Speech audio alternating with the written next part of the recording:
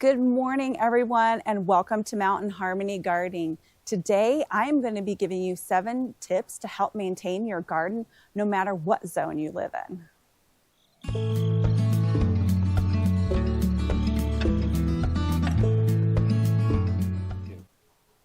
These 7 tips are going to help you maintain your garden a lot easier. No matter what zone you live in, you can use all of these tips.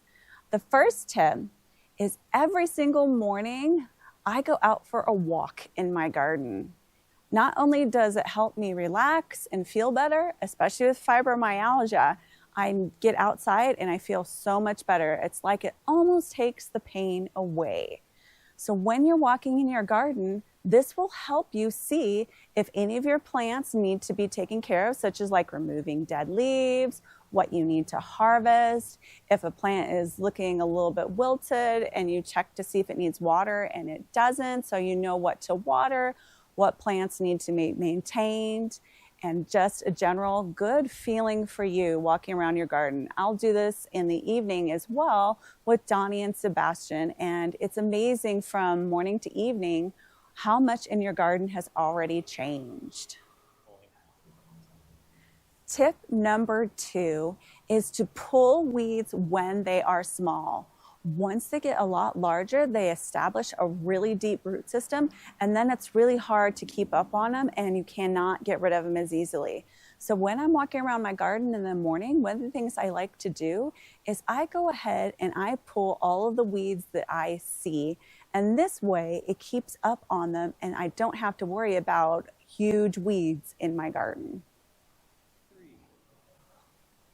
Tip number 3 is that you want to deadhead your flowers often. As soon as you see a bloom start to fade, you want to go ahead and you want to clip that bloom off. That way you get more blooms on your flowers and they look a lot nicer longer into the season. Tip number 4 is you want to deal with pests immediately.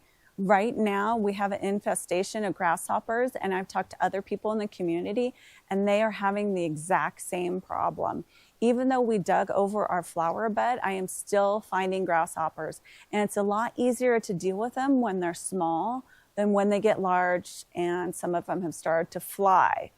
So they are a lot harder to catch and deal with when they get big. So any type of pest you see, deal with it immediately. Tip number 5 is to harvest your garden often. So as soon as you see something start to ripen, go ahead and harvest it.